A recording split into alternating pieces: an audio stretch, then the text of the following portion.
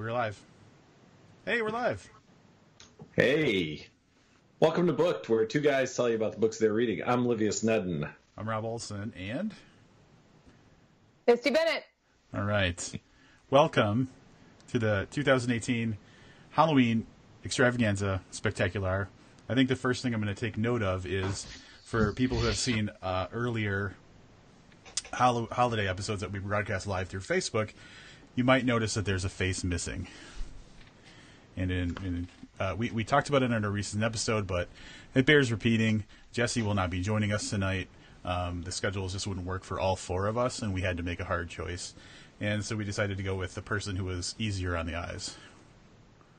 So. And then we asked Misty if she would join too. So he declined. Then yeah, I was going to work up this elaborate story about how podcasters are being killed off by serial killers, and now there are only 3.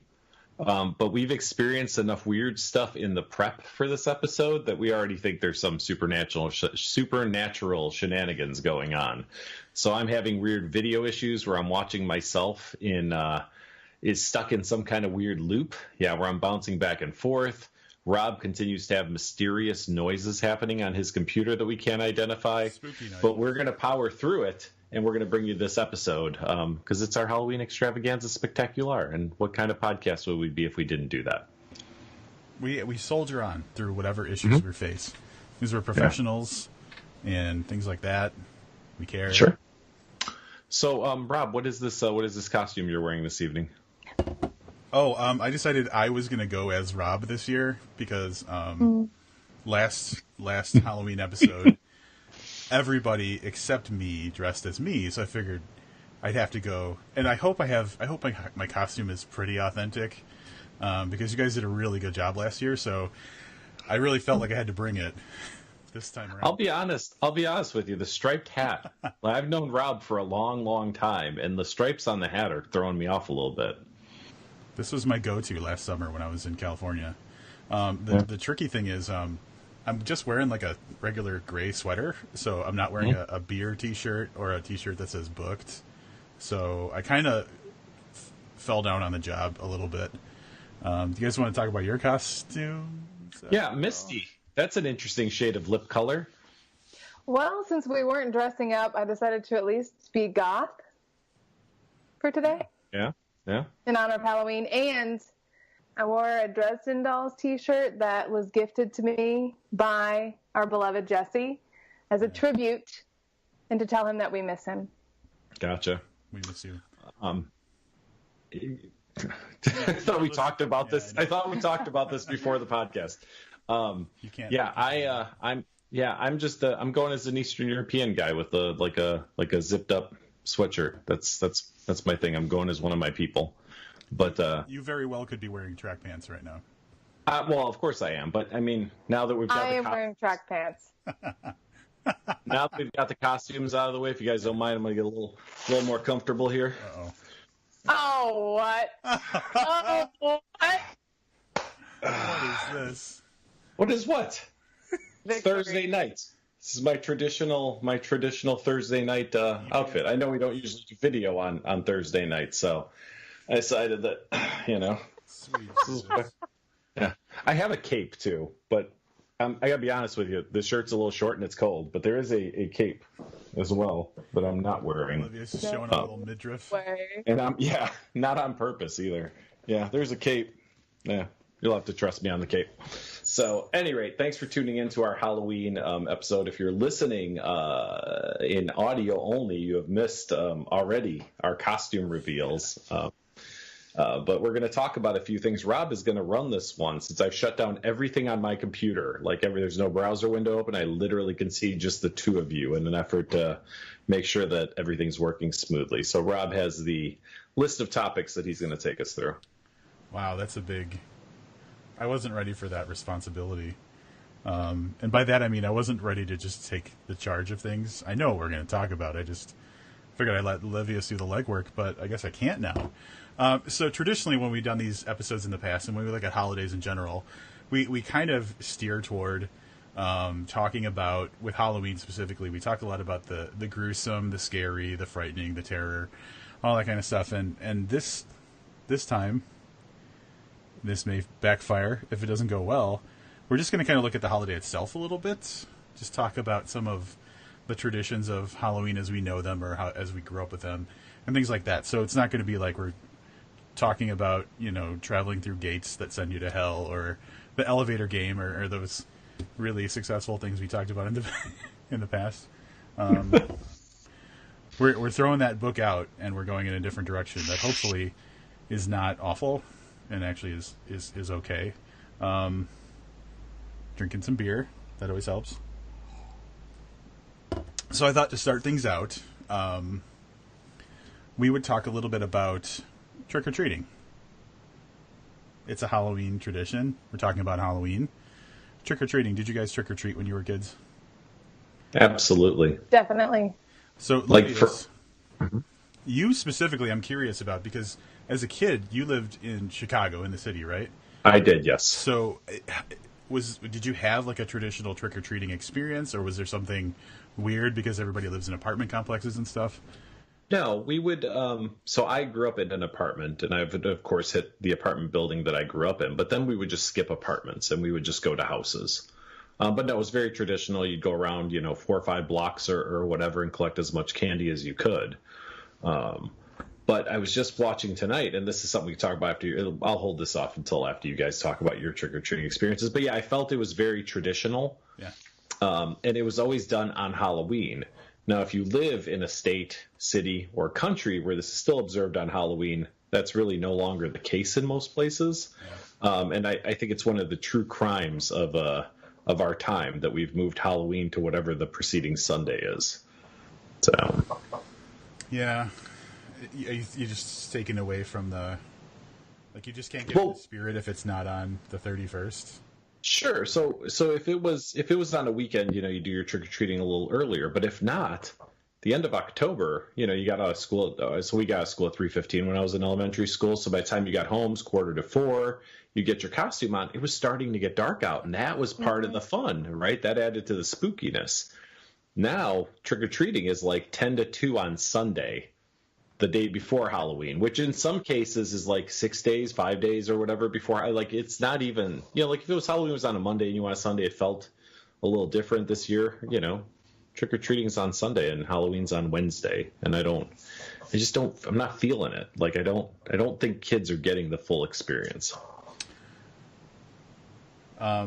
So 2 things I want to talk about from what you just said. First of all, you remember the time that you got out of school in elementary school? Yes. That was so long ago. That was decades ago. How do you remember that? Well, in high school, we got out at 2:46. I realized that was a little more. What? I do a time, things happen. Actually, what time I'm not going to lie. I think we got out at 3:10. I know we got out at 3:10. So yeah. High school was 2:30. Yeah. If you asked me to even tell you what hour, we got out of school in for any of the 12, original grades of school, I would have no fucking idea. No idea. That's a little weird, but okay. All right. Well, what was the other thing you wanted to address? You didn't just wear your costume to school before? Mm-mm. No. Mm-mm. Really? No, I don't think we were allowed to wear costumes at school. I think in high school you could, but not in elementary school. Oh, dude, I remember specifically in 4th grade or 5th grade, I had this really awful ninja costume, which was more like red silk pajamas. I don't know why it was a ninja costume. It was red. Not a lot of red ninjas. And it was very silky, and I was embarrassed about the costume all day. It probably had a belt, a black kind of belt, but it felt like fancy pajamas. I feel like you were really like Hugh Hefner. I was kind of heffing it out a little bit, yeah. Oh, also notice, I think Livius may have gotten this from your mom's house. Black and red fancy pajamas right here, kids. Well, I'm glad it fits you. You can wear 4th grade Halloween costumes. Totally. Everybody wore costumes to school, and there was at one point a bunch of classrooms just went on this little walk from our elementary school through a field to like a nearby shopping center and walked around like a little Halloween parade kind of walk thing. I remember that specifically because I was like, why the fuck are we doing this? But then after school, we were already in our costumes to go trick-or-treating. That seems more efficient, I guess. Mm-hmm. And then you got to be in costume all day. You're not just looking at like the same assholes you're always looking at. You're looking at Silk Pajama Ninja Rob. It's one of the many Robs in existence, yeah. That's a treat. I still pull that Misty, one out how about you? time.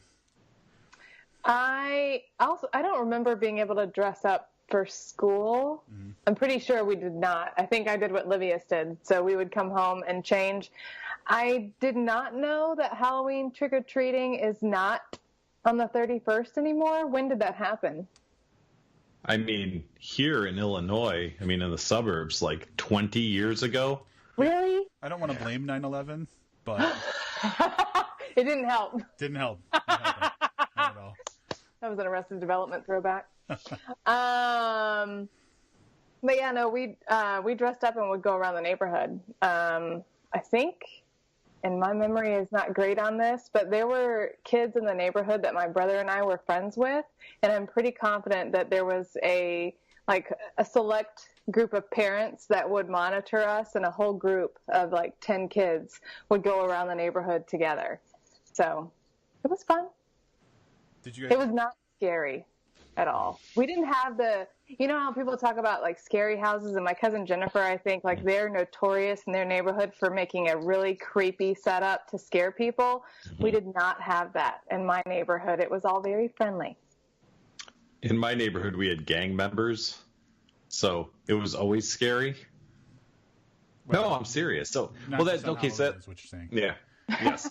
That leads me to a different question. Were eggs and shaving cream part of Halloween?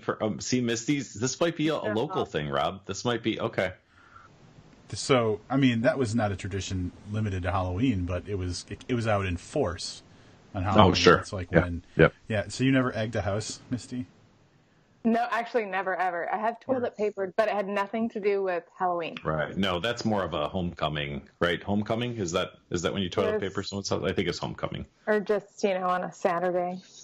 You're like, we got way too much TP laying around. What are we going to do with this? That's, yeah. There's got to be a way to get rid of it. Exactly. No, I mean, in Chicago, like you couldn't, if you were under probably 25, you couldn't find someone to sell you shaving cream around Halloween. Yeah, it was locked down in the stores. Yeah. Big time. Yep. Yeah, they would not let you buy it. Yeah. Yeah, eggs and shaving cream and then bag snatching, where older kids would come by and steal your bag full of candy. That's horrible. Yeah. It seems like in Texas, they have more respect for Halloween than they did in Chicago. And in the suburbs. Handguns, so. I literally was about to say, I think it's because we all have guns. Yeah, that's probably a good point. But no, it was very traditional. And the thing I saw earlier on the news was in Chicago, and I only caught a snippet of this on the local news. I caught like the tail end of it. But apparently they're trying to do away with trick-or-treating altogether. And they want to do something, I don't remember what they call it, trick-or-trunk or something, where they're doing it at a park where all the their can bring their candy and local businesses could, and kids would just go around the park and get their... Jesus Christ. Yeah. So actually, I'm so glad you said that. We had that at church, and I'm pretty sure they still do. Churches probably still do that. They do their own Halloween trick-or-treating, and it's either in their parking lot or in the auditorium, and they set up things. Yes. See, I'm okay with that. So if a group of people, if a church or a business or the mall or whatever wants to set something up like that, like I'm totally cool with it. This just seemed like this neighborhood was trying to stop the practice of trick-or-treating altogether and centralize it in whatever park is local to them, which I just think, I mean, look, I'm an adult. I'm 45 years old, okay? I have never worked on Halloween, so I take Halloween pretty goddamn seriously. I feel like that started when I was a kid, and it started with traditions and some of the other things we're going to talk about, right? Horror movies and costumes and whatever. And I think that the kids who are kids today are not going to have the same enthusiasm for Halloween when they're older, based on the fact that it's really become a watered down experience. And for, we got to protect the children. Yeah, great. But I mean, it seems like so here's the thing. It seems like if we just put a little more effort into keeping kids safe on Halloween, one day a year for like 3 hours, like they could still have that experience instead of all the effort we're putting into watering it down to, you can only go to your local businesses or you have to go to this park to get your Halloween experience. Seems kind of lame. Well, I guess that raises a question for me because so first, did you guys ever trick or treat without an adult supervising? Yeah. Yeah. No. No, Misty? Or, well, no. Even when I remember the last year I trick-or-treated, I was in junior high. I think I was 13. I dressed up as Alanis Morissette. Yeah. And, So what? So Misty, let me ask you a question. And my parents were with us. What was your excuse the following 4 years when you dressed like Alanis Morissette nearly after that? So Nice. Yeah. I don't know. I mean, no, we did it on our own, and we did it I think at one point we were like 15 or 16. But it was more like, let's get dressed up, have some fun, and then we'd kind of like hit some house. You know what I mean? It wasn't like we were trick-or-treating for the candy at that point anymore. Mm-hmm. Like, we were more fucking around and it's still like being respectful of people's homes and whatnot, but kind of doing it almost as a goof rather than reality. I was like in middle school going out trick-or-treating, like with me and like my brother and a friend. Like, like I think that once the parents believed that we understood the mechanics of walking door to door asking for candy, they're like, and being polite. Yeah. They're like, come back before dark. And Rob grew up in a pretty nice suburb. I mean, like you weren't in a. Well, I'm just saying in comparison, like. Safe. No offense. Where I grew up was probably a little bit of a rougher neighborhood. Misty, there are cows down the street from where she grew up. But you had a nice middle of the road suburb, I'm assuming. Yeah. So yeah, there was no danger in my neighborhood. Mine neither. But yeah, so there was a point where I think the parents were just like, go. They told us, all right, go up this road, go down this road, make sure you're back before dark. And maybe there was a flashlight. In case it got a little bit dark, and I don't know. Like, but there was no. So like. For me, that seems common, but then I guess the contradiction I'm seeing is if parents always go with the kids, how are the kids not safe?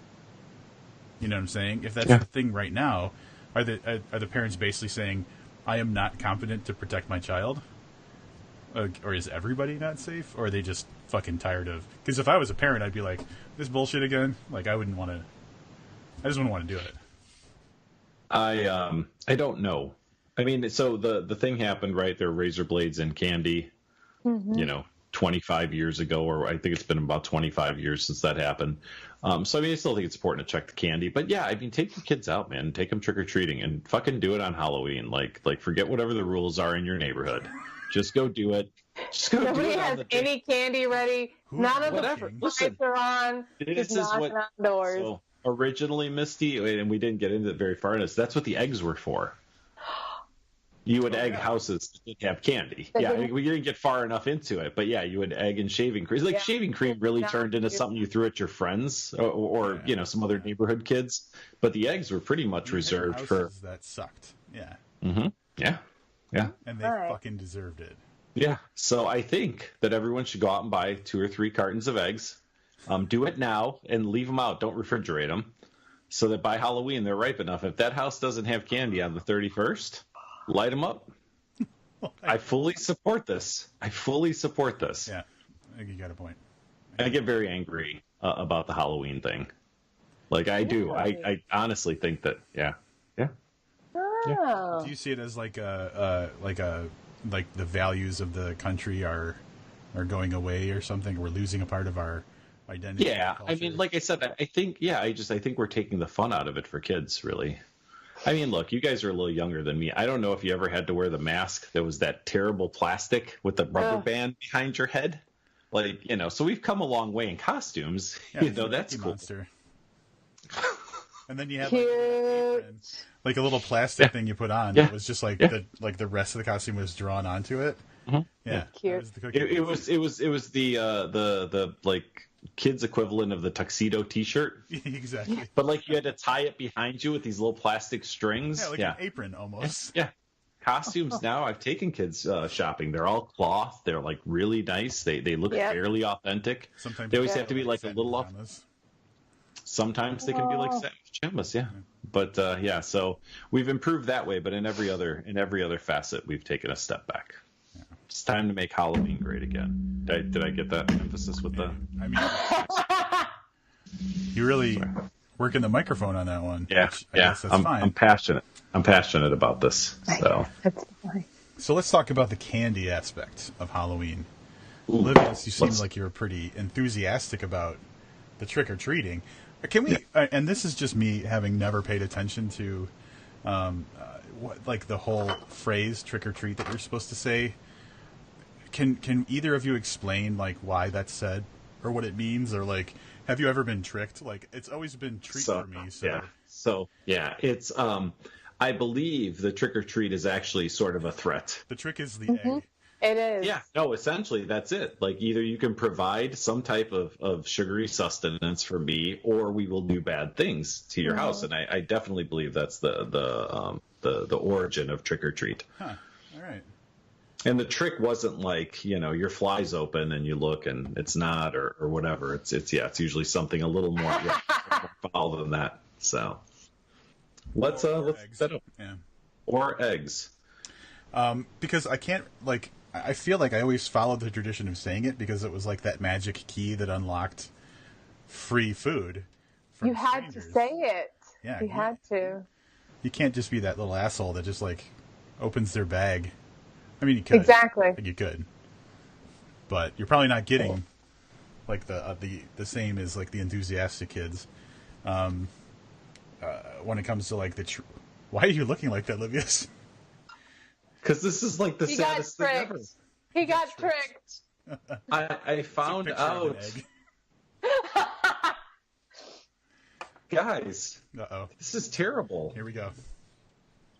As for trick or treating, traditions beginning in the Middle Ages, children and sometimes poor adults would dress up in the aforementioned costumes and go around door to door during Hallowmas, begging for food or money in exchange for songs and prayers often said on behalf of the dead. This was called souling, and the children were called soulers. S-O-U-L. Yeah. Yeah. That's awful. Poor people would go around, essentially begging for food and exchanging a song for food. Yeah, I don't want to do this anymore. This is terrible. Wow, you turned around. He's off Halloween. Fuck Halloween. Jesus, man. Just because you had a bougie Halloween, you never knew the sad origins. And then rich people were like, wait, our kids can get free food too. And then that's exactly right. Yeah. That's exactly right. Yeah. The British hate Halloween, apparently. In 2006, a survey found that over half of British homeowners turn off their lights and pretend not to be home on Halloween. Oh, shit. It's cranky Brits. Oh, my God. The things I'm learning. It's a good thing that you didn't take your vacation later, Livius, because you would have been walking around England trying to get free candy, getting that British cold shoulder. That would have been terrible. All right. So are we good on we were talking about candy. Sorry. I'm over the trick or treat. Let's talk about candy. Right. He is really over Halloween at this point. He's like, can we just end this? It's been 20 minutes. We're good, right? Holy shit. Those poor people begging for food. All right. So speaking of food. Let's talk about candy. Yeah. What was the did you ever what was the best? What was the best possible haul that you could get? The real candy, like Snickers and Three Musketeers and Twix and those, that's where it's at. Even though they were the fun size, I'll take the fun size all day. But then you had those bitches that gave you Tootsie Rolls and Dum Dums. So I want to explain something to you youngins. When I started trick-or-treating, fun size didn't exist. Fun size came a little bit later. How old are you again? When I started but the thing is, fun size, it's something that came about probably when I was like, Rob, look this up. See if you can see when fun size candy. 1947. Yes, 1947. No, it probably would have been. It probably would have been in the early 80s. Yeah. So you got a lot of Tootsie Rolls, And you got a lot of weird candy that you've never seen before, like Bottle suckers cap. with no label. I hated bottle caps. Bottle caps. But you did get circus peanuts. I don't Never really gotten these circus peanuts. Yeah, I don't think I've ever gotten circus peanuts. How would those be packaged? I don't know. They were loose.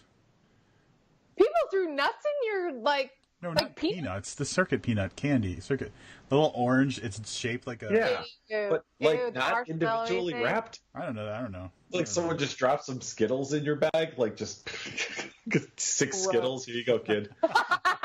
You're like, why are they all blue? Yeah. I don't know what color Skittles are, so that could be way wrong.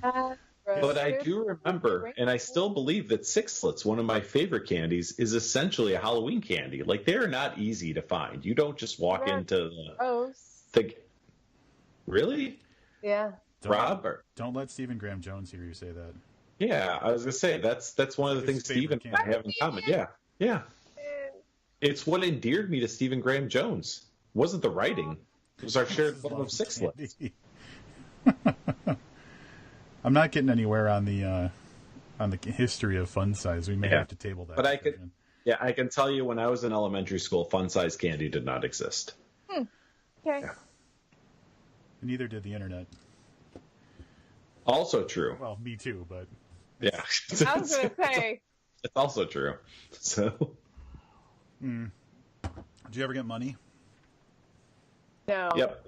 Oh yeah. We had you get a few pennies. I had the elusive dollar bill house. There was someone giving out dollar bills. I was like, what magic is this? And then, you couldn't go back. We were like, can we go back? Do you think they'll tell if we change costumes? You guys remember how exciting it used to be to find a quarter? And now, quite honestly, most people, at least like me and Rob, out of shape motherfuckers like us, we won't even bend over and pick one up if we see it. We'll just walk right past that shit. It's only a quarter. I'd be what is wrong with you? Yeah, I'd be like, oh, some other fool will pick up that quarter. Yeah. Fool. Yeah. Yep. Okay. It's not for me. Yeah, getting a quarter. Yeah. I got. What was your favorite this year? What was your favorite Halloween candy as a kid, Rob? I'm with Misty. It was just getting the top brands was the way to go, and then every now and then you'd get an actual full on Snickers, and you're like, holy shit! And then you ate it first, and then it was just better.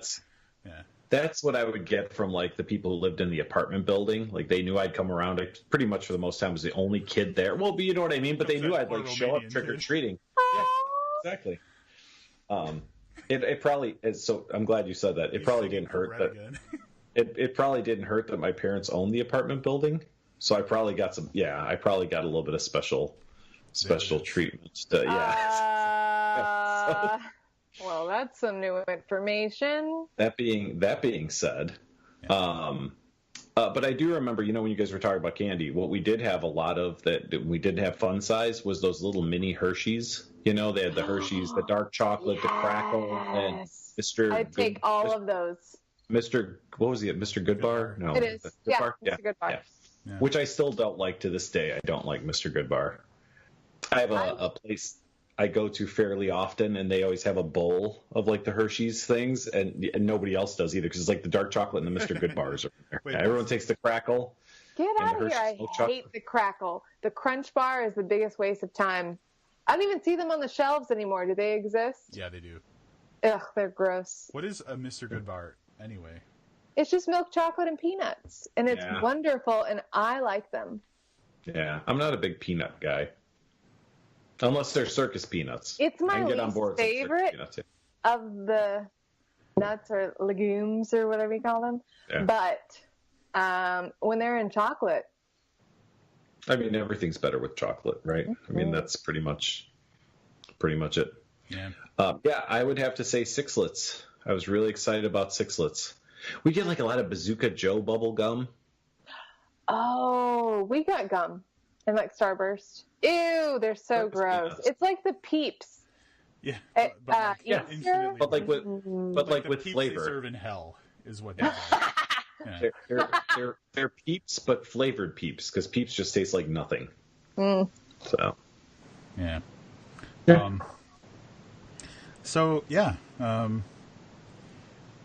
you go. Costumes. I think, is the next thing that I wanted to. It segues nicely from going to. I have a couple of lists of the most offensive costumes, and since we're actually working in a visual medium, I figured we could actually all look at the costumes together and maybe have a discussion about them. Yes. So I have two separate lists, and Livius, you got something to say? No, once you bring up the one list, the offensive list is what I will call it. Okay, Yeah. We're going to play a game with Misty, where I will ask Misty a question regarding each of these costumes, and we'll see what her answer is. Oh, crap. I'm struggling internally right now to choose which one that I go with first. I knew this was a setup. So Rob and I did not discuss this. This came to me when he was bringing. Yeah, he because I was testing screen sharing, and he got to see he got to see behind the curtain. So Son of a bee. all right, so I have to do a little mojo here so that you guys can see what I'm seeing. And we'll look at two lists, and we'll just have a little. We'll see what discussion comes out of this. Missy is pre-disappointed. This is exciting.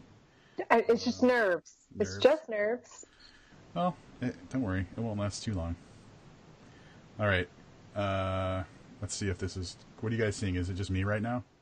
no, I I'm can seeing see- an article of the most offensive and inappropriate. All right. Good. Can you guys... Oh. Eye-opening photo gallery. All right, cool. I think that this is causing a little bit of lag in It the is. video. Mm-hmm. Great. Okay. We'll go through this quickly then. So here's the first list.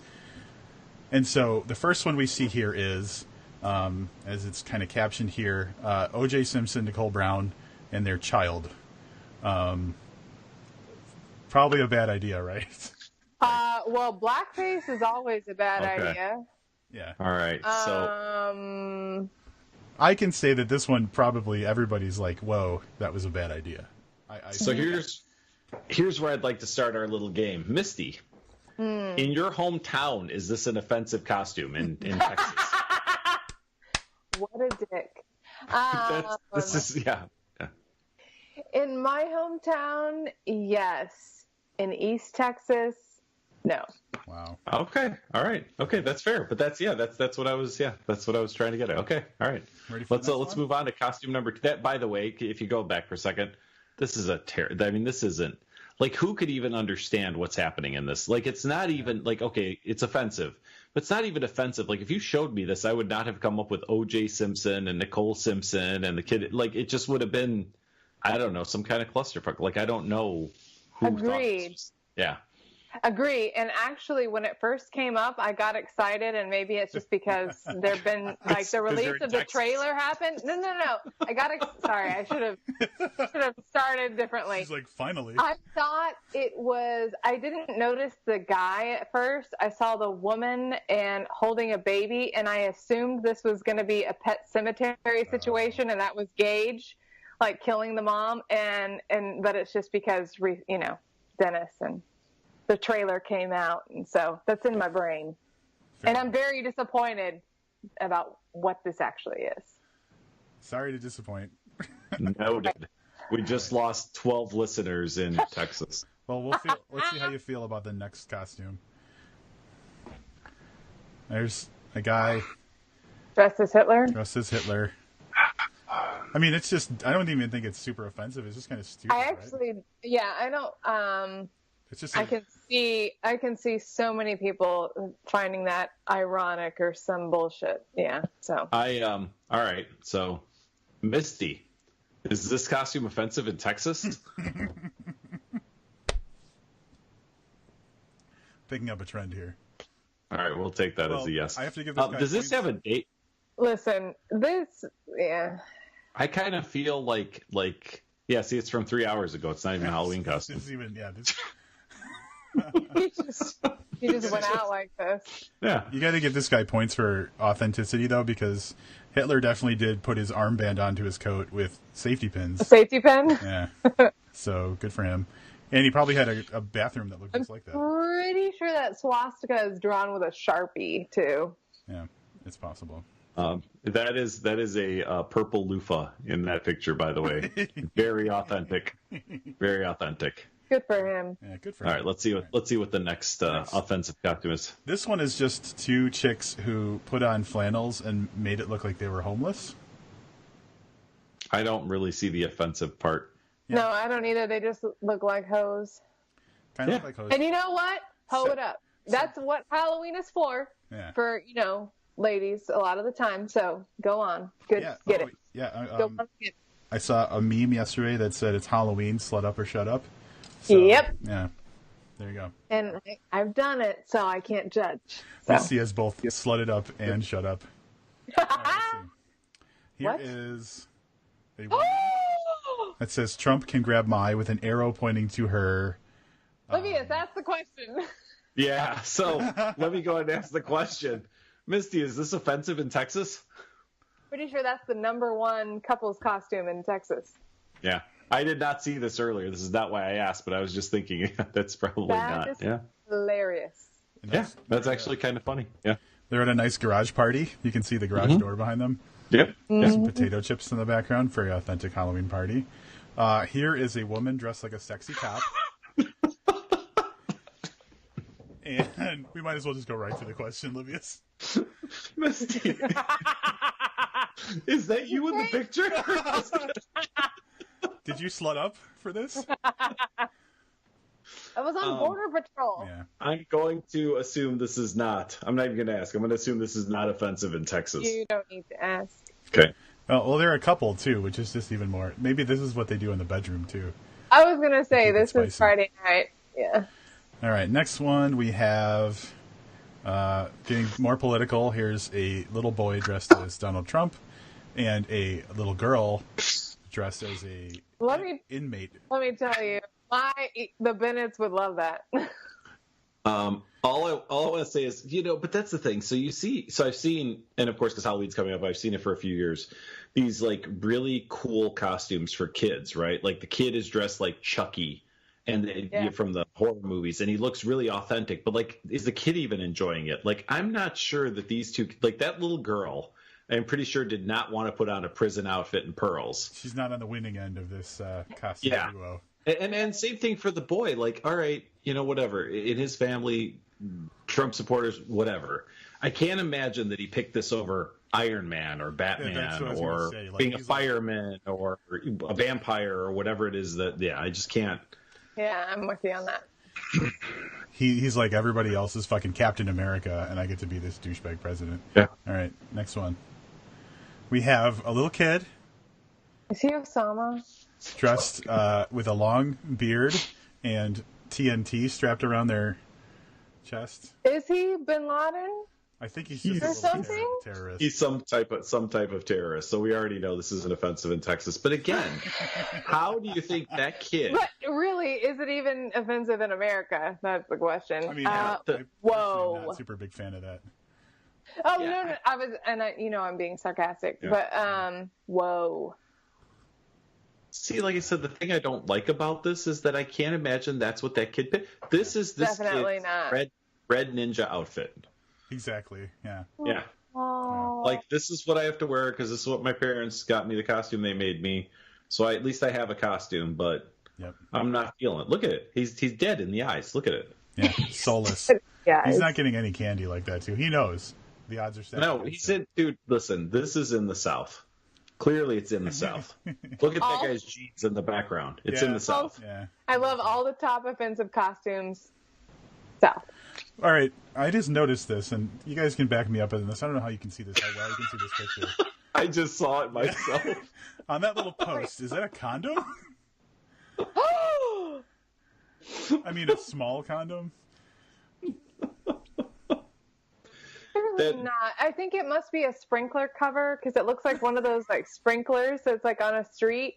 And I wonder if they didn't know what time the sprinklers were going to go off and wanted to make sure that the kids They put didn't a condom on it? Listen. This It is could Mrs. be Life in we're a- talking about, right? You never know when it's going to go off. You got You got to be prepared. Well, bravo. They did a great job. All right, next one. I don't know how many there are, so we're just going to keep going.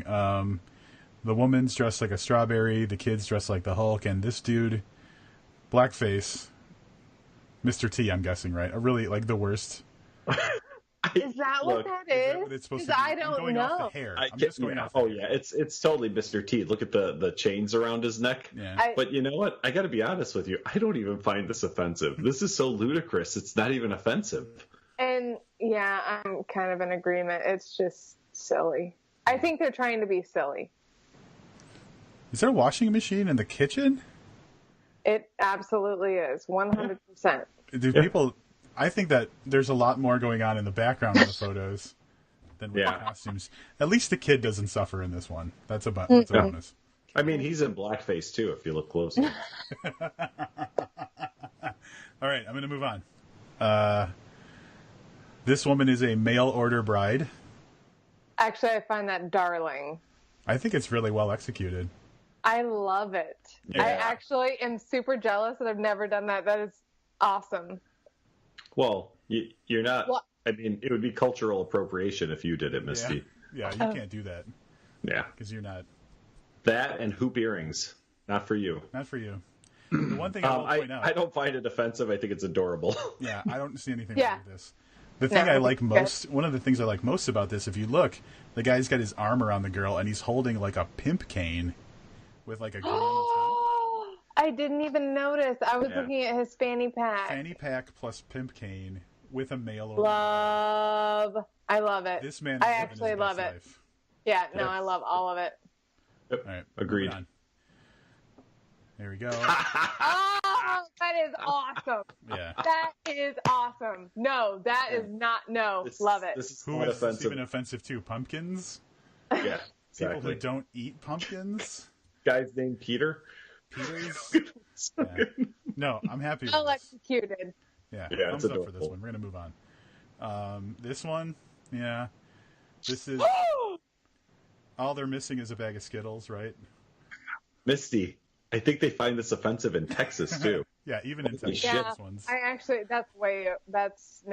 that's rejected. And what is this girl? Like how? Yeah, who is she? Some leprechaun woman in the middle. Piper? I don't get it. What is she?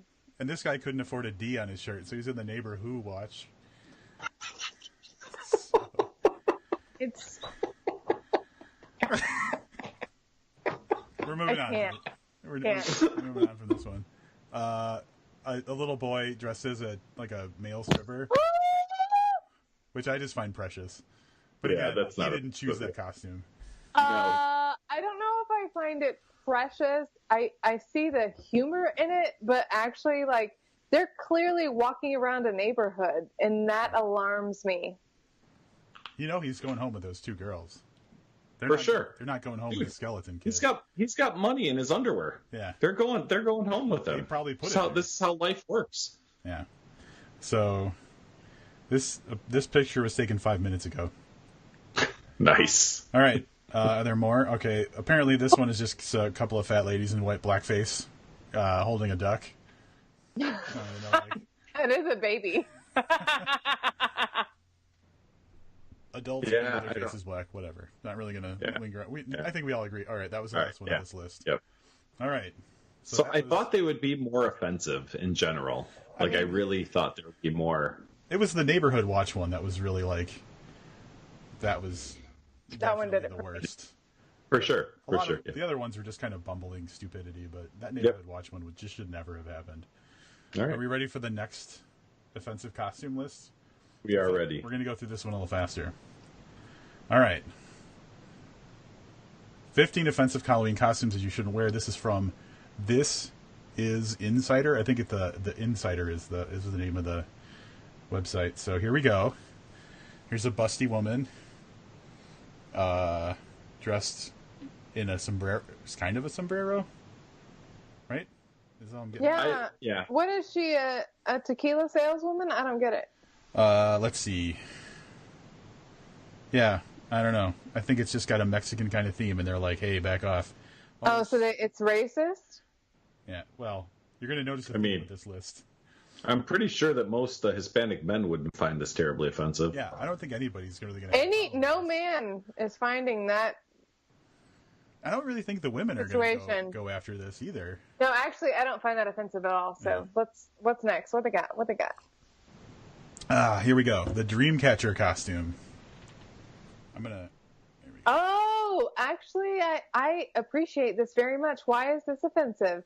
The dreams are in the bosoms. You know what? They're the dirty pillows. She's catching the are dreams. where dreams are made. This is beautiful. This is great. I think this list might be cultural appropriation, which is not something I believe in at all. Right. So I don't. And I get it, but okay. So it's just. So basically, what it's saying is you can't have big cans and dress like Pocahontas. Pocahontas? Yeah. But here's why is that offensive? Because if your favorite Disney movie growing up was Pocahontas, but you happen to be pasty skinned, why can't you dress up as Pocahontas? Because this list tells you not to. I don't like that. Yeah. I don't like it. All right, we're going to move on. We'll see if this, if we take a turn on this, if it goes anywhere else. Oh no, what happened to the rest of my pictures? We may have an issue here. Hold on a second. Dun, dun, there we go. All right. Oh, that's the shot one we saw. The repeat. Here we go. Arab chic. Wow. I think what Misty is trying to say is if it's a woman, they can wear whatever the hell they want. As long as they've got some cleavage, no one's going to be offended. Yeah. And I agree wholeheartedly. This is offensive. Not to me. Maybe to reinforce negative and misconceived notions about region, religion, or group of people, like this Kmart costume. Oh, I like how they called out Kmart. Is that the only company selling it? Yeah. Kmart. Listen, this isn't a guy who's wearing that costume because, this is like the cover of the costume because the costumes never look that nice. This is like the model on the front of the costume. Yeah. All right. Next one. Yep. There you go. It's a geisha. Yeah, it is. Nothing wrong with a geisha. According to this, cultural appropriation. So next one, the Rasta costume kid. You know what? I don't even find that offensive. Nobody does. Oh, that guy looks like a clown. See, okay, this Clowns list. Find that offensive. This list reminds me of, people being overly sensitive. That's what this is. Yeah. All right, let's see what's coming after that. This costume, which depicts Anne Frank, is insensitive and offensive. What if that's her favorite book? They read that in elementary school. Exactly. She's inspired by the story of resilience and the human spirit. Whatever. They sold none of this costume. 0 of this costume were sold. Because no one's like, what do you really, what's the costume you want more than anything in the world? No little girl's like, well, Anne Frank, duh. Yeah. All right, moving on. What do you know? Dia de Beauty. Sugar Skull! I love this. This is precious. What's wrong with people? Let's see what it says here. If you're not Mexican, it would be offensive for you to dress in a Day of the Dead inspired garb. That's not true. That is not true. Right. Well, I think that if spoken like a true white girl. Okay, sorry. I'm saying that it's like, okay, obviously in Texas, I know a lot of not just Hispanics, but Mexicans, and the Sugar Skull thing is, well, sorry, I can't talk about this. I am white. I get it. But I know people that would not find that offensive. And what if you just enjoy that holiday? I don't know. I am willing to wager there are more white Sugar Skull girls than there are Hispanic Sugar Skull girls. 100%. Yeah. Well, at least that are wearing those type of tights. Or whatever those are. I love those. They're great. All right, next one. This... I don't know what's better about this, that it's a giant fat ballerina, or that it's obviously like a dude wearing the costume. Like, why? Okay, I just read the thing. Try to avoid costumes that could be interpreted as body shaming. What if he's trying to say, be proud of your body. Yeah. You be who you are. I'm pretty sure that's not what anybody who's buying that costume is trying to say. You can be a fatty ballerina. Yeah. Yes, you be quiet. You can try hard enough. You can wear white socks with your ballerina costume if you want to. Is he the cover of the costume? Because he's gotta be. I think all of these are just clipped from like a website that sells costumes. Because who stands in front of a perfectly white background? That's true. That guy. All right, here we go. Costume.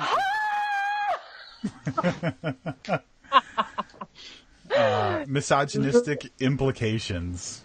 Oh, man. You know what? As a woman, I find that hilarious. Yeah. Yeah. Moving on. All right.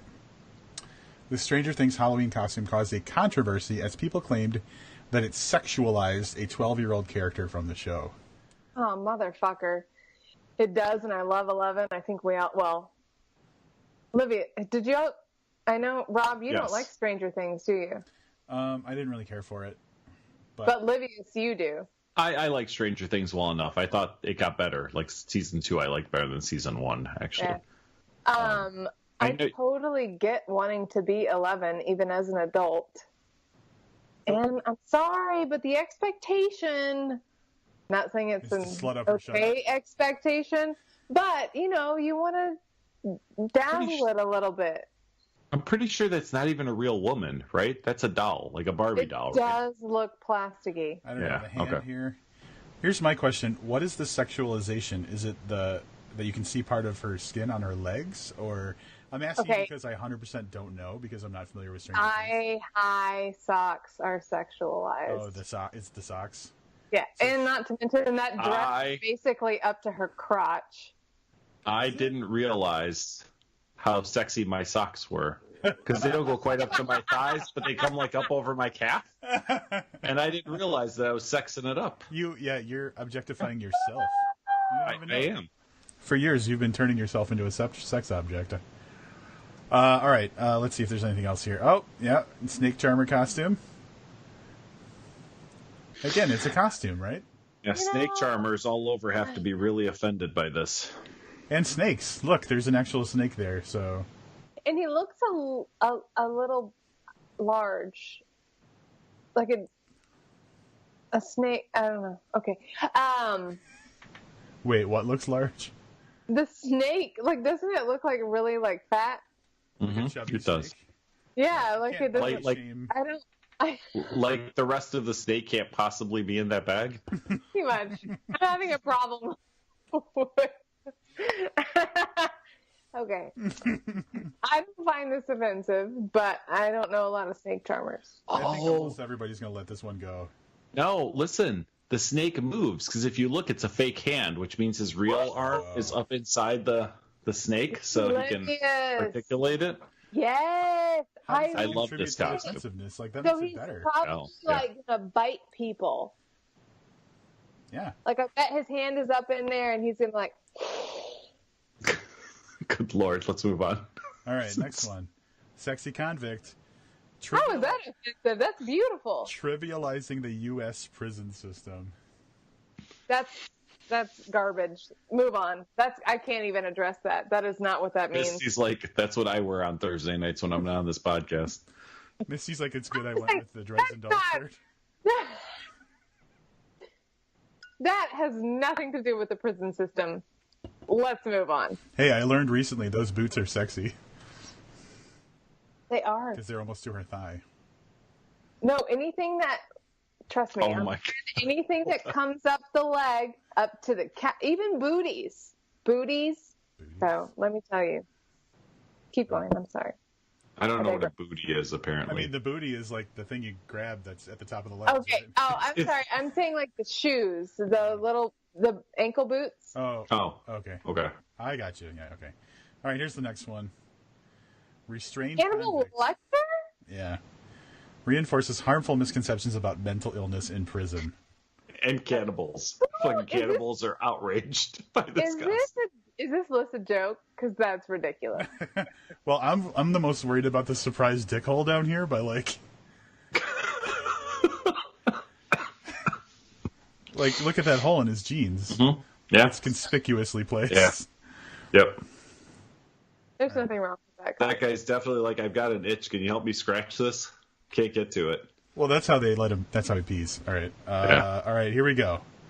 You wouldn't make fun of a homeless person on the street. Now, they're making some assumptions there. Like, you get the right homeless person, you might make fun of them. You probably shouldn't dress like a hobo nightmare on Halloween. Hobo nightmare. What do you guys think about this? I think that this list is, like Misty said, it's ridiculous, and I think it's almost clickbaity in its ridiculousness. Well, like, Yeah. Wait for the icing on the cake. I'm so excited. This gorilla Is that costume it? would be innocuous, but calling this a Harambe costume would be insulting. Oh, for heaven's sake. You know what? Trading places. Yeah. That was Trading Places. Get out. Yeah. Nothing wrong with it. Done. I think that's the end of the list. That's the end of the list. That's the trump card? Yeah. can you real quickly before you stop sharing your screen scroll back to the Hooters costume? He wants to see if he wants to use it. Droopers? Yep. Now, would you go ahead and close your screen? Like, stop screen sharing? Stop screen sharing. Yeah. Oh, I can't. Okay, I can see it. What is this? Is that a woman wearing it? There were 4 women wearing this costume in New Orleans last year. That is Get out of here. awesome.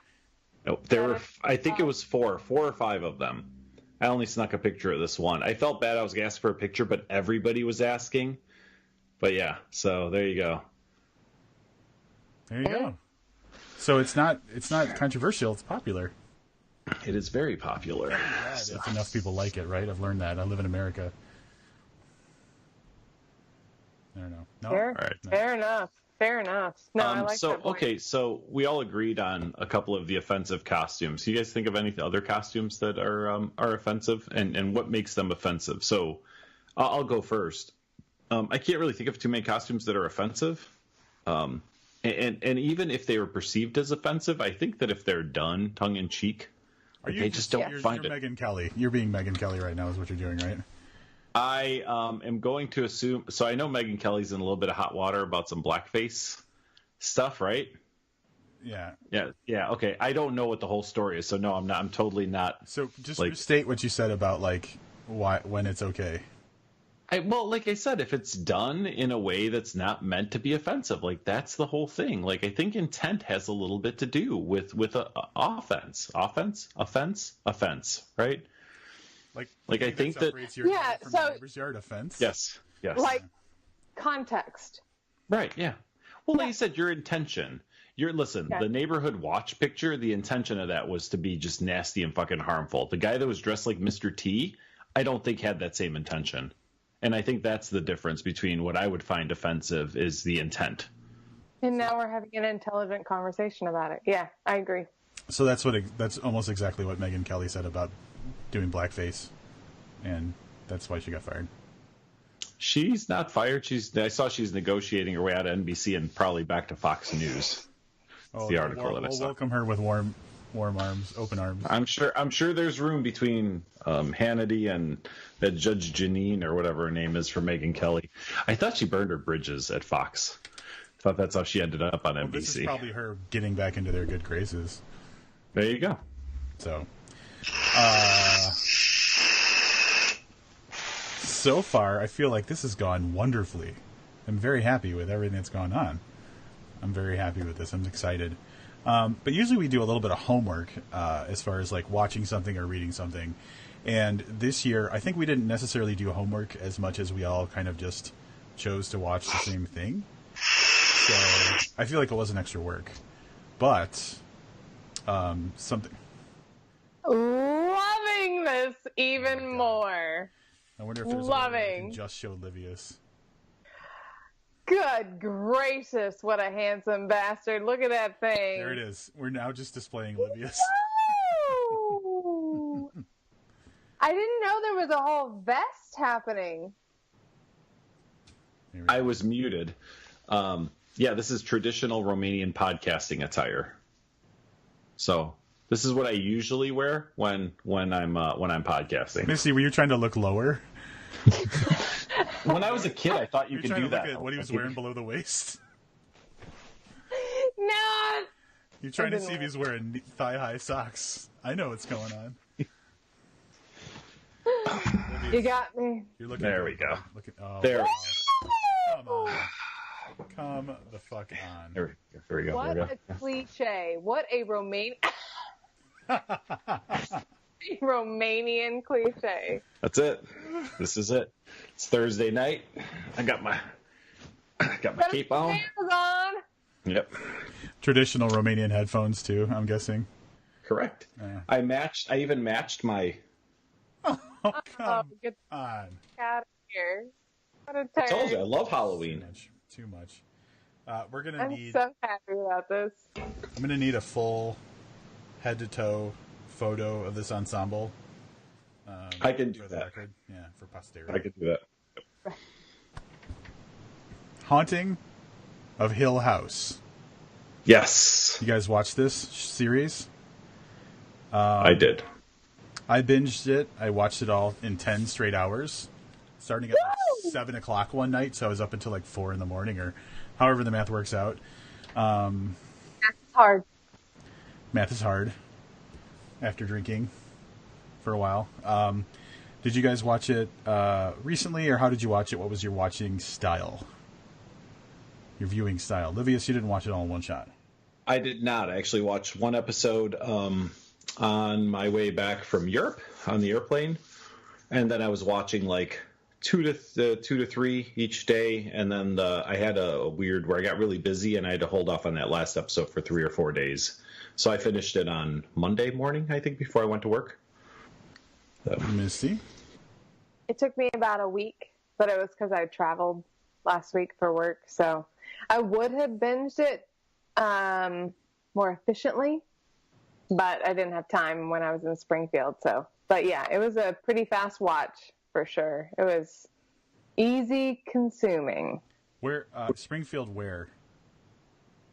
Wait. What Springfield? Oh, Illinois, Yeah, the Springfield, capital. Illinois. You were in Illinois? I'm in Illinois every other week, practically. How did we not know this? Me too, but then also the other weeks as well.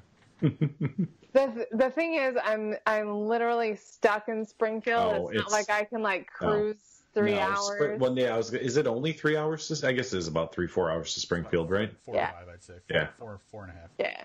Yeah. So, yeah, it's not like I can dip out. And I only go from Monday through Thursday. But anyway, this is not for the podcast. I do want to say that Springfield, Rob, was your like your class trip in 8th grade to Springfield? Yeah, we did go to the. I think so. To Abe Lincoln's neighborhood, because I've been there. Yeah. Wait, no, Yep. I didn't do. I never did a Springfield trip. Oh yeah, we went to Springfield in 8th grade. That bus ride that is 4 or 5 hours or whatever seemed so much longer. I'm pretty sure I fell in love with a girl in my 8th grade class and out of love in that day, mostly on the bus. That is the cutest. Yeah. Yep. I will tell you, I did travel to Springfield once for school, but it was in high school, and it was for a computer programming contest. So, How did you do? I placed. Wow, I didn't know you did didn't go that. outside of me, did you? No. I placed 6th. Out of 12. 10. Yeah, I got a lot of props in school because like, wow, Woo! 6th place, and I was like, Yeah. there were 12 people competing. Yeah. Oh, that's cute though. Yeah.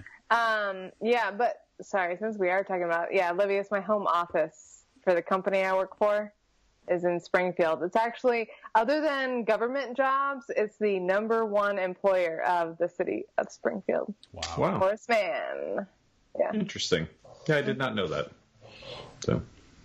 Also known as a centaur. Said horseman, right? Leave it at that. So proud of myself right there. And you know what? I've actually drawn a cartoon because like one of our things is one horse man, and I called it One Horseman, and I put a long horse with like many people on it. So we're right there. We were pretty close. Centaur, but I'm over here because I have no idea what's happening right now. He's way too. I wanted to make a connection. Yeah. Have either of you read the book, The Haunting of Hill House? No, and I'm ashamed. Yeah, I think that's the thing. Like, nobody's read it, and they're all ashamed because they should have. Is it Yeah, Megan there's Abbott? Is that who it is? Shirley Jackson. Shirley Jackson? Where did I get? What's Megan Abbott? She's still alive and writing books. She's contemporary. Shirley Jackson is like this came out in 1950. It probably was reading about both of them on the same day. Yeah. Okay, so my apologies. Shirley Jackson. Yeah. There's a little bit of podcast shame going on about Shirley Jackson too. Like as a podcast, we're a little ashamed that. Yeah. So look for some Shirley Jackson in the future. Not The Haunting of Hill House, but something else by her. Yeah, we're gonna retcon. Like eventually, we'll just be like, yeah, we read it. Whatever. We don't have to. We never should feel shame about it. Anyway, so Haunting of Hill House is a series on Netflix, and the first season is 10 episodes, an hour long. For anybody who hasn't watched it, it's based on the Shirley Jackson novel, The Haunting of Hill House, but it's not an adaptation of the book. It's more like it's inspired by the overall mythology of the book. So, like in the original book. There's a group of people that go to Hill House for like a sleep study. All this stuff happens. In this series, it focuses on a family, which, what's the last name of the family? Is it Crane? Something with a C? Crane? Yeah, something like that. I don't remember. And the whole idea is the father of the family, him and his wife, kind of bought this house to renovate it, flip it. And they're going to live in the house while it's being renovated. While they're living there, all types of spooky, nasty shit goes down with ghosts and stuff like that. And then we're moved into the modern day where we see more events, but we see what effect that living at Hill House took on the kids, I guess. And it's done in that back and forth way where you're a scene today, you're a scene 25 years ago, but in the modern time, it even skips around. So it's then and now, but then it's like 6 months ago. Yeah. And then it's then it's now, then it's 2 years ago, then it's now, then it's 6 months ago, then it's then. So it did take, I think, a good 2 episodes to really get a feel like when something came on screen of when it was happening in the now. It's real easy to determine between the then and now, right? Because they're kids and they're in the house and now they're adults and they're older. It is, I don't know, man. It's one of the best written stories I've seen for a TV show. I mean, engaging, everything ties together at some point. I mean, it's really, really well written. Misty? Agreed. And oh crap! And I did not do my full research. Who played the mom? Oh my god! And I love her. She's got a weird name, Carla Gugino. Yeah. Yeah. And she was recently in Gerald's Game also. That was on Netflix. Yeah. She was spectacular. I thought she did an amazing job. But yeah, the acting was good. The writing was good.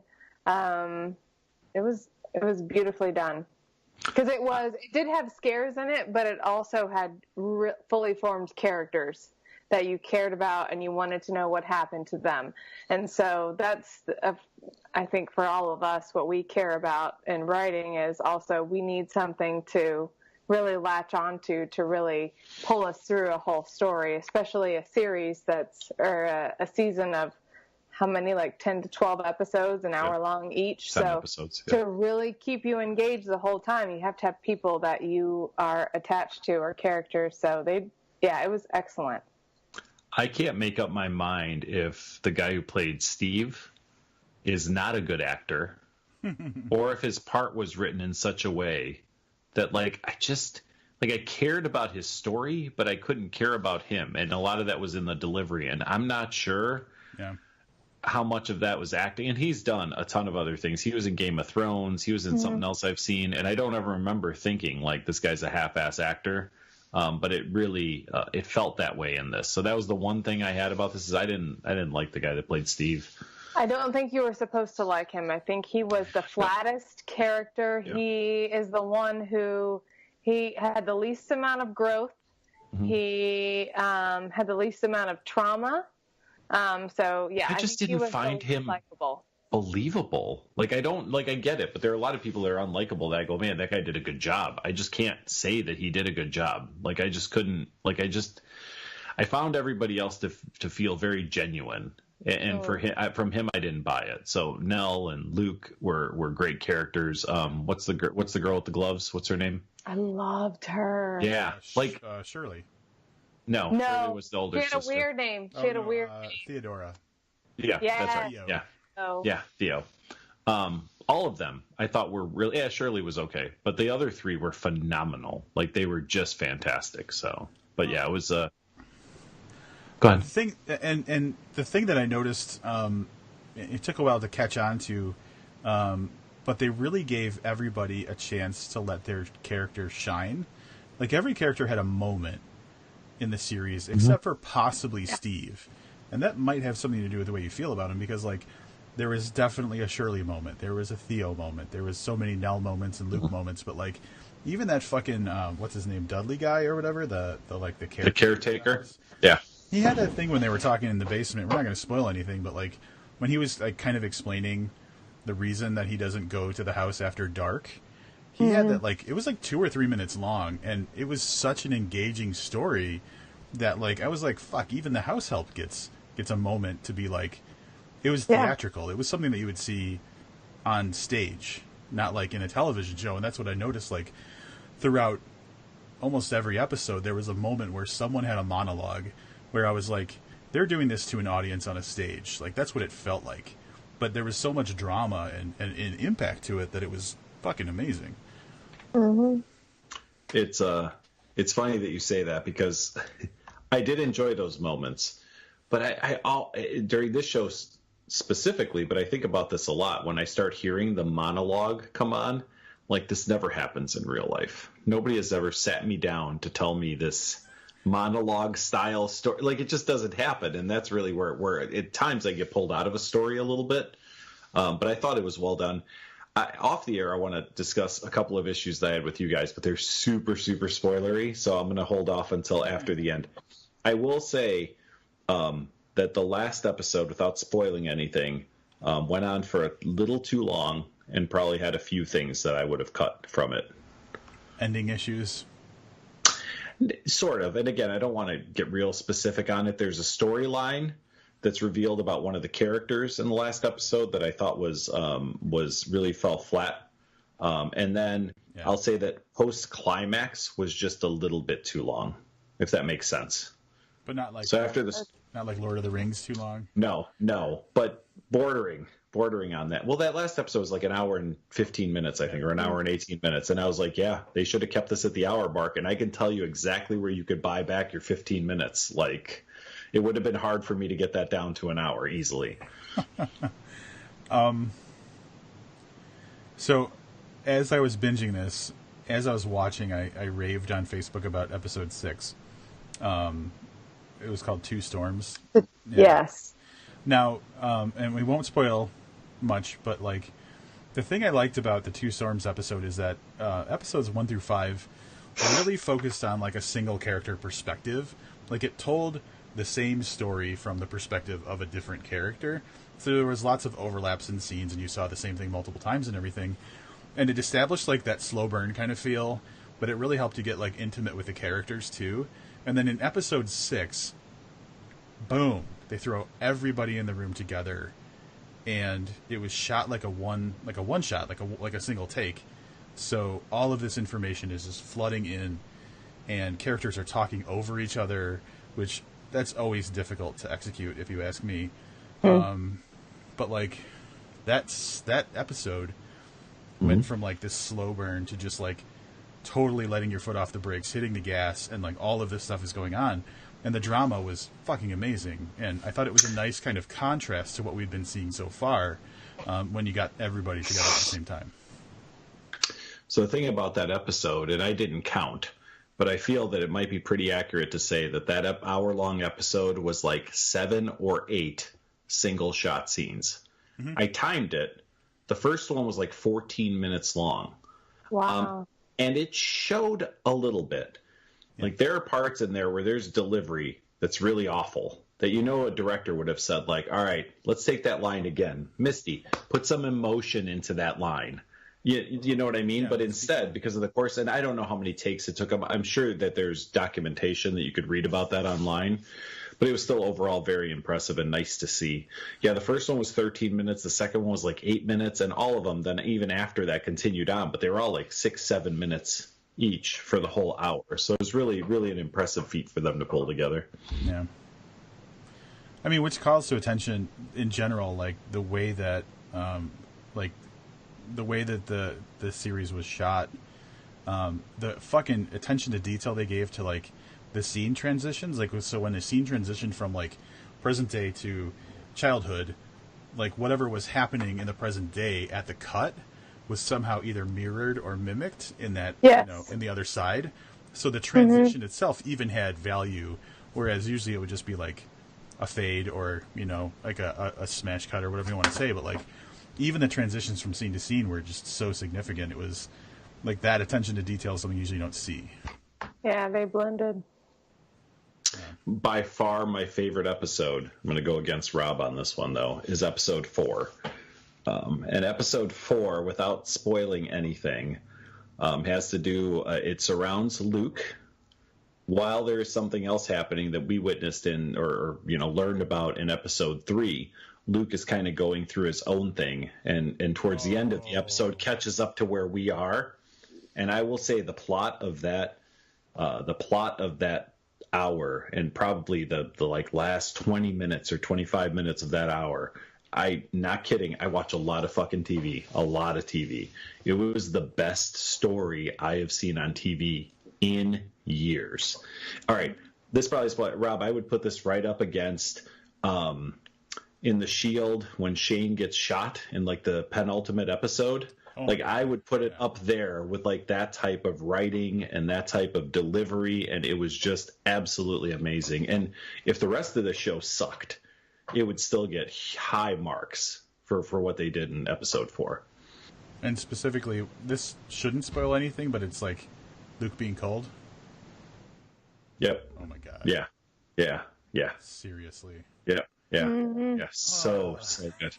Yeah, I'm telling you, I messaged Rob and I was like, this is the best TV I have watched in years. Yeah. So. Yeah, it says a lot without saying anything. Like, it tells you a story. Like, the absence of information is what tells the story. And yeah, oh man, once you figure out what's going on, you're like, holy shit, this is amazing. Yeah. Yep. What about the, like, background stuff? Did you guys, like, pay attention to, like, things that were, like, not necessarily out of frame, but just not the focus of the scene? Like, there was always creepy shit going on. Not always, but frequently they used, like, the unnoticed part of the scene to do creepy shit. I only probably not until the latter, when they started mentioning that the ghosts were there, and so then I would notice, like, people who were in the shot that weren't actually in the family. Yeah. Okay. But they just use, I guess in general, with expanding from that, like, space, I think, was used effectively for scares. Like, it wasn't like your, jump scare bullshit that you get in, like, your typical horror.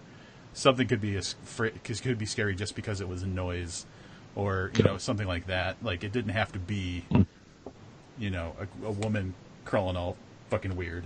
Like, well, even just a giant old house is creepy alone. So yes, they did use that giant house. Like, it dwarfs any human that's inside of it. So that alone is scary.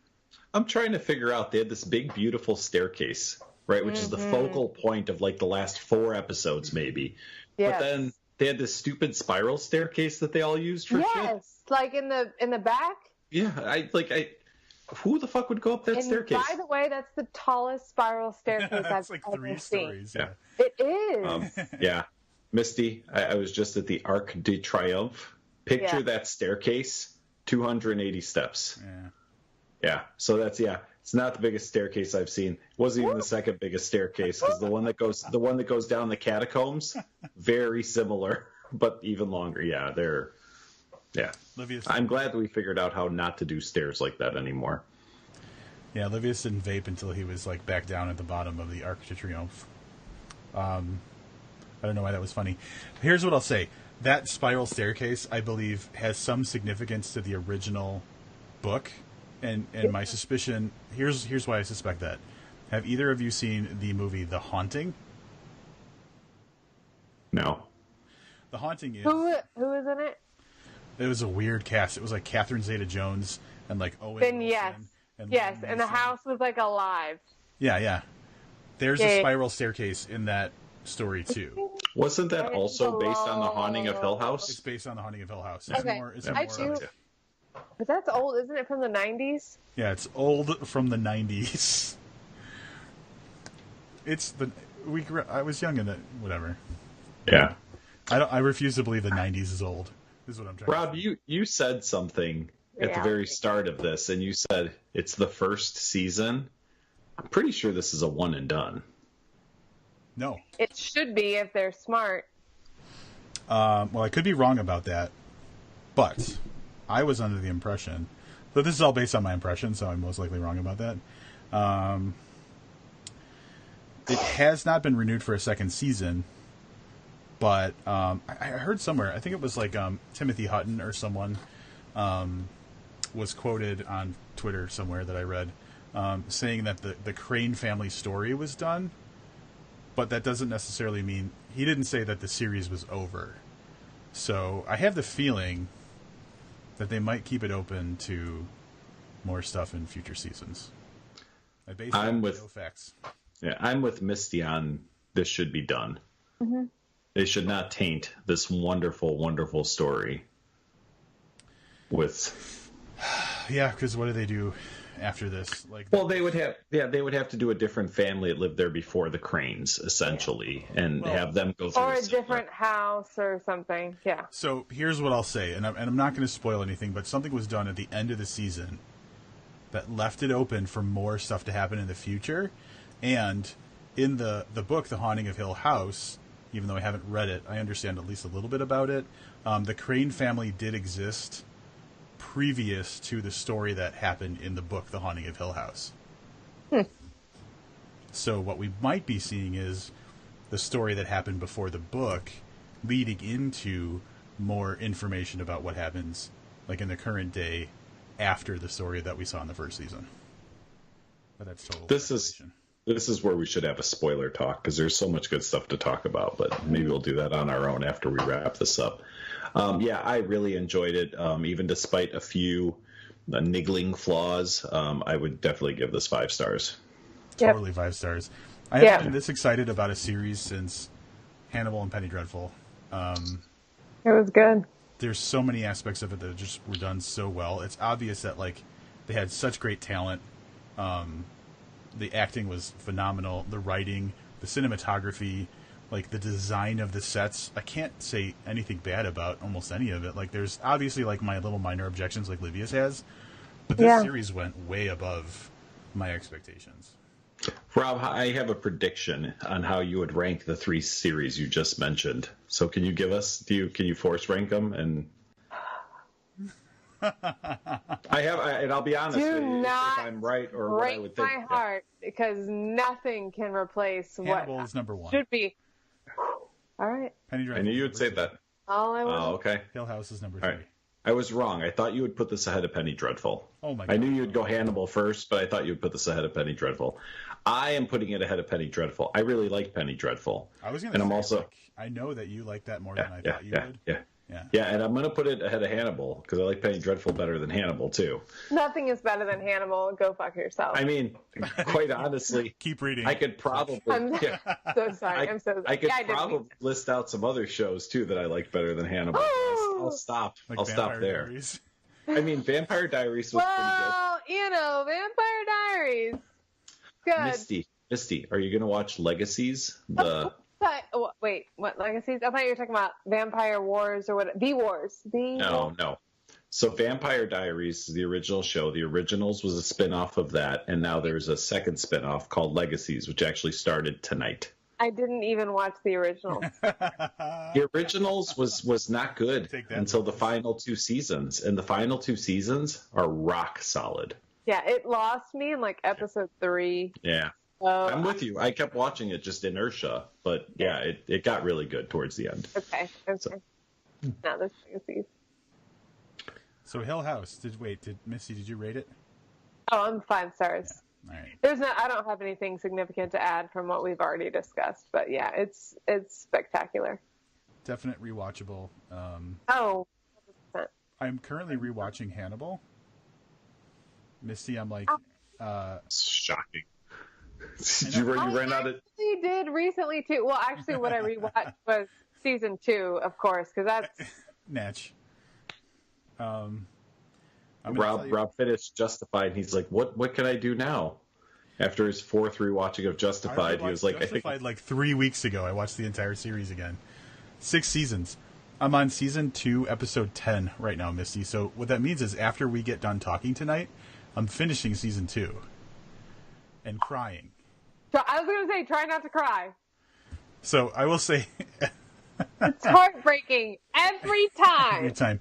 And now it's just, and I want to give you, it doesn't matter because I wouldn't care if anybody judged me about that.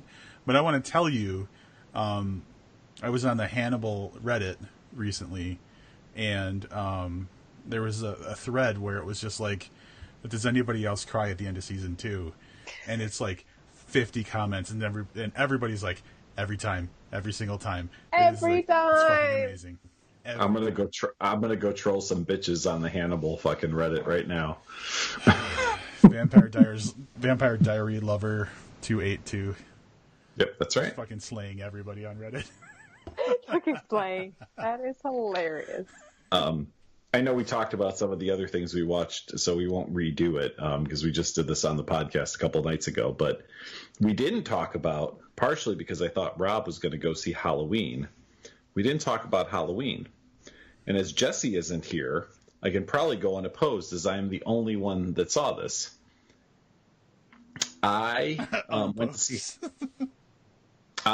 to see Halloween. Now, we did have another, I don't know if we're going to talk about, there was one other topic we were talking about, but I was introduced to Michael and Freddie. I was probably like 10 years old, 9 years old. I had friends, they were brothers. They were like a year or 2 years and like 3 years younger than me, but they were neighborhood kids. Their family owned, they were the first people I knew that had a VCR. And their stepdad, like Friday, Saturday, Sunday, he would go to the video store, and I am not exaggerating. He'd come back with 12 tapes. Mm-hmm. And I'd spend the night there, or I'd be there really late. Was this the vodka guy? He would go through... No, different guy. That was when I was a teenager, yeah. And we would just watch movies, and there was no filter in that household. Yeah. Like, if I was like 9, that means his kids were like 7 and 5, and we're watching like Friday the 13th, or we're watching Halloween, or we're watching whatever other campy horror movie. So I have been a fan of Halloween for... I don't know, however long that's been. It was 40 years, right? So a little less than 40 years, because that's what it was since the first one.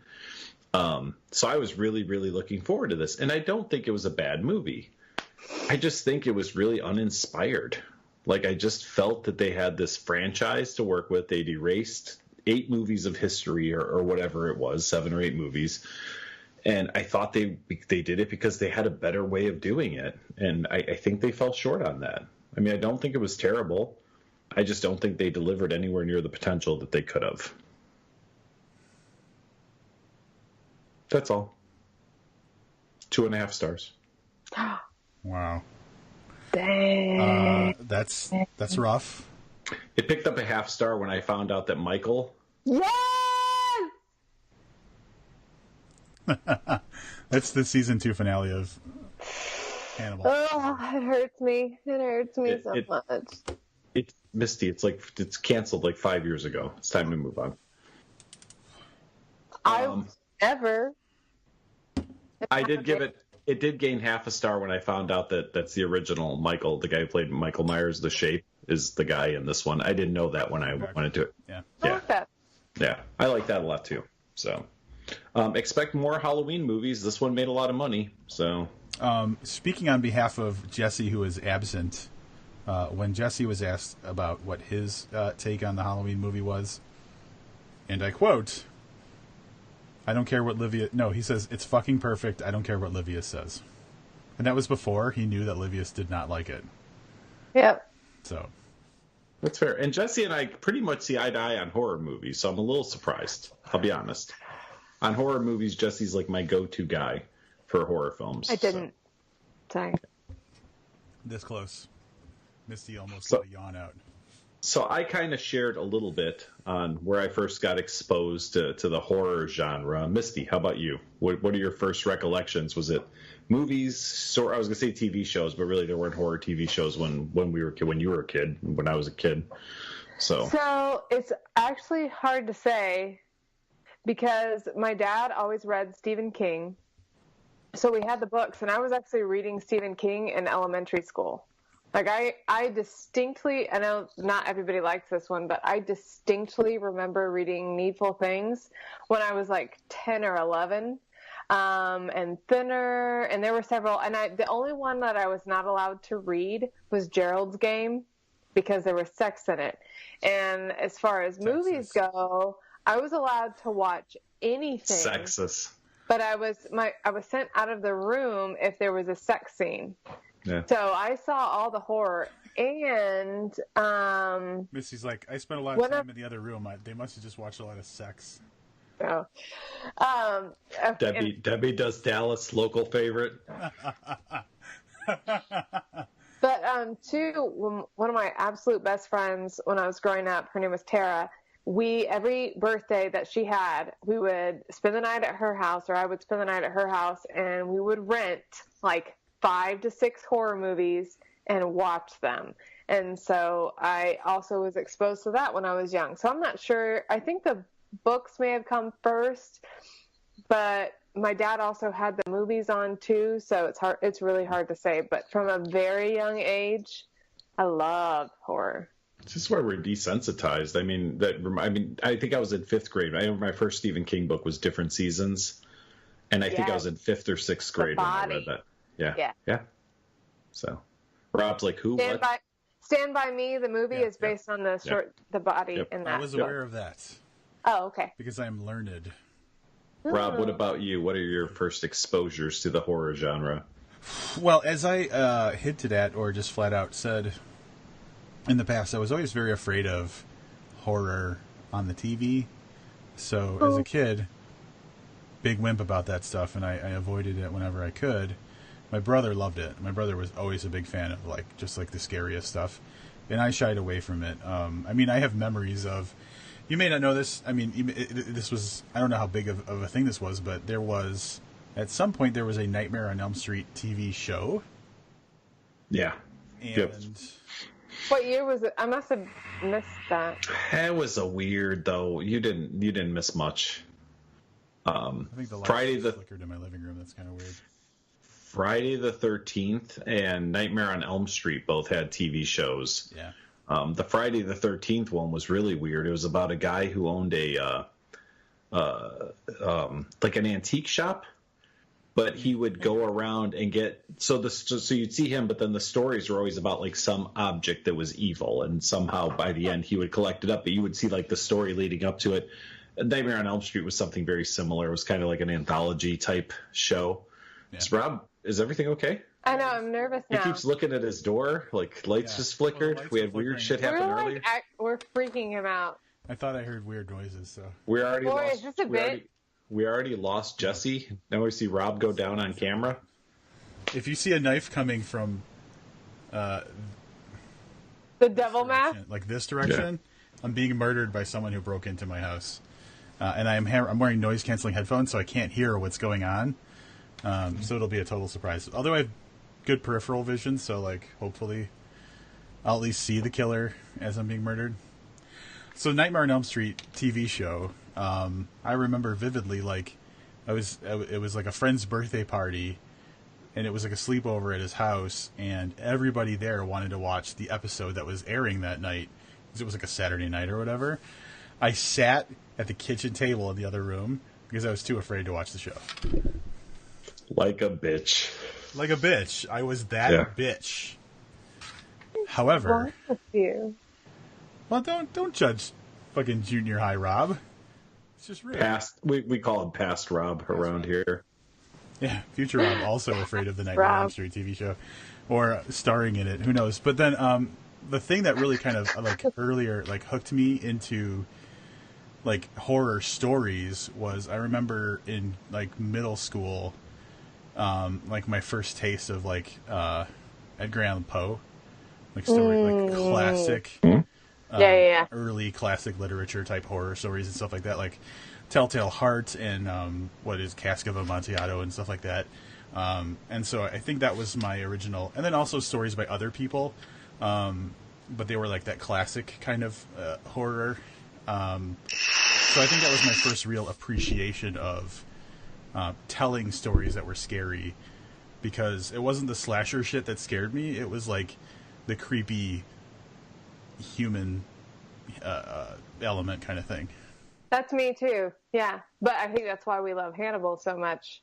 Also, like a monster doesn't scare me as much as a like person, like that we can do. Something that a human turns into. Yes, 100%. And that actually reminded me, I did like Poe too, but I also distinctly remember I read Bram Stoker's Dracula in 6th grade. Hey, she was reading up on your people, Livius. That's right. Yeah. It's good to catch up on Romanian history when you can. I do have one other story I think I told on the podcast previously. I think I had to be around 9 when The Exorcist was first on television. So it was a little bit edited, but I remember fucking crazy. So now awesome. I watched this with my grandmother, God rest her soul, who was a full-on like babushka wearing religious woman. Was she like? Yeah. She was that grandma. Yep. And she made me sleep that night with a Bible under my pillow after watching The Exorcist. Her little heart. Yeah. So that was right around that same time I was watching, but you have to think, like, I don't know, to me The Exorcist is probably more scary than like a Friday the 13th, but as a kid that age, like I was exposed to that stuff and I don't remember being scared of it. Like I remember thinking my grandmother's being silly. And you know what I mean? Like, I wasn't afraid of it either. I was more afraid of aliens when I was growing up than I ever was. I mean, you're right there by Roswell, New Mexico. I mean, that's probably. Was that your grandma? That you know what? Not quite, but yeah, that's definitely. Did you look up old Romanian woman? Is that what you looked up? All right. No. That's Google Images for Romanian. I literally Googled Eastern European grandmother. I am going to throw this up before we miss it because it's been mentioned a couple of times. So. Hold on, we'll do it side by side. Yeah, see, I don't know what people can see on my. Is that just on my screen? Is that? Do you see it, Misty? Do you see it now? I see the photo. No, but do you see the resemblance? Oh yes, we did the whole thing last year. I just wanted to make sure that. Yeah. No, I knew exactly what it was. My hand up there because you can see his hand. So funny. Yeah. It's funny because like my coworkers know about this, and Rob came to my place of employment the other day, and one of my coworkers goes, "Hey, I think that's Rob coming in," and I said, "Is it future Rob or a different one?" And I swear he says, "I think it's present Rob." Cute. Yeah, you're fucking killing me. Any rate, Rob noticed earlier that that's always on my desktop on the podcast computer. That picture is always there, just in case I need to refer to it. I've seen this. I don't know if you listen to the podcast regularly. There have been like 6 other sightings. He's in like my neighborhood, like where I work, all the time. So I see him pretty frequently. That's past Rob. Yes. Look at that. See, even back then he was wearing a hoodie. Most precious Rob. The hat thing is just a phase. He started with a hoodie. He's going to go back to a hoodie at some point. Oh, do you want to see awkward, like 17-year-old Rob now that we're on this? Why wouldn't we? I've seen that as well. That's one of my faves. Oh, it's hard to see in this camera. It is. Look at that. Look at that little. Look at that little glint in his eye. It's a fave. All right. I think maybe we've wrapped up the Halloween talk. Yeah. I think are we good? I mean, now we're all like going through our phone, looking at old photos and shit. Like, I know. I was trying to find Pink Panther Misty because I do have that. Oh, dude, I have all the pictures of Misty. Like that sounded creepy, didn't it?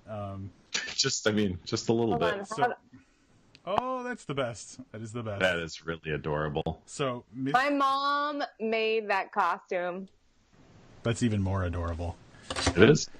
So Misty whenever Misty has a birthday, her parents like to share like Yes. pictures of her when she was like an adorable kid. And then what happens is me and Jesse, because me and Jesse and Misty are like a bestie kind of unit. Jesse and I will just nonstop just bombard our text conversation with like pictures of cute young Misty, because it's the most adorable thing ever. And we probably were ugly or don't have pictures of our childhood, so. No, because Tiny Rob is also a frequent photo. Tiny Rob does pop up from time to time. Yeah.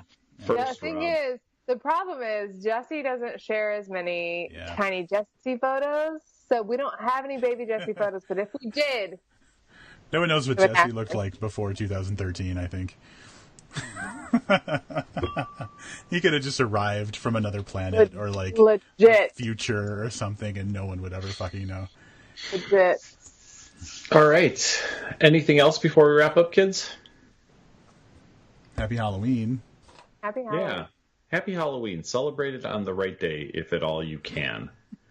Thanks for tuning in to Facebook Live. I think we had 3 viewers over the course. I think we maxed out at 2. We have 1 right now, so thanks for whoever. That might be me signed in on my phone, so I don't know. You're inflated. I think we should have put this in the book podcast listening group ultimately, because I think that's where people would actually get notified. That being said, if you're listening in audio, you definitely want to catch this on back on Facebook, because you're gonna see the great Halloween costumes. Majestic. I like that. I think there's snaps involved in that costume somewhere, and I see it. I like the fact that snaps are involved. Well, all right. So yeah, when you put it together, I had the whole thing on earlier before we started. How does this go? It's so magnificent. Oh, the Gatwood family, John and Alyssa are watching. Well, there you go. And Alyssa said, "It's us." So it's not Livius. It's not Livius's grandmother making him keep Bibles under his pillow. She's dead, bro. That's so sweet. Well, I mean, we watched haunting stuff. Nothing's That's stopping true. the dead from doing things. So thanks for tuning in. We'll be back again in a couple short months for our holiday. You can call it Christmas. Office we don't party. Have to be PC. Our Christmas party, our holiday office party, I think, where we, the party we throw for our staff members, Jesse and Misty. Yeah. We'll see if we can get all 4 of us together for that one. So excited for the gift exchange. I haven't even started thinking about that yet. Rob's been. I'm actually so glad you said that. Yeah, that's exactly why I said it, because no one's been thinking about it. That's correct. Jesse, I think I got a package from Jesse. I think that UPS is at my door with my package from Jesse, Christmas package. So, on behalf of Misty Bennett, I am Livia Snedden. And you just not gonna let her speak for herself? Is this like? Well, no, I mean, Not part of this. I am not part of the sign off. So I am. Yeah, I'm trying to make her feel at home, like in Texas. Thank you for having me, and continue. I'm Livia Snedden. Rob. Fuck it. Keep reading.